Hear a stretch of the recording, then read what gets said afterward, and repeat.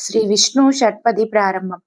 అవినయమపనయ విష్ణో ధమయ మనః సమయ విషయం మృగతృష్టాం భూతదయాం విస్తారయ తారయ సంసార సాగరతః దివ్యదునీమకరందే పరిమళ పరిభోగ సచిదానందే శ్రీపద పదారవిందే భవభయకేదచ్చిదే వందే సత్యపి భేదాపగమే నాదతవాహం నా మామకీన్వస్వం సామృదో హి తరంగః క్వచన సముద్రో న తారంగః ఉద్ధృతనగ నగదిబదనుజః ధనుజకులామిత్రామిత్ర సచిదృష్టే దృష్టే భవతి ప్రభవతి న భవతి కిం భవతి రస్కారః మత్స్యాదిభిరవతారైరవతారవతారతా సదా వసుధాం పరమేశ్వర పరిపాల్యో భవతా పవీతోహం దామోదర గుణ మందిర సుందర వదనారవింద గోవింద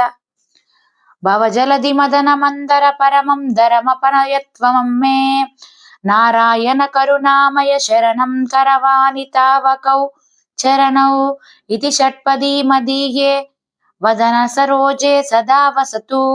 శంకరాచార్య విరచితం విష్ణు షట్పదీ స్తోత్రం సంపూర్ణం.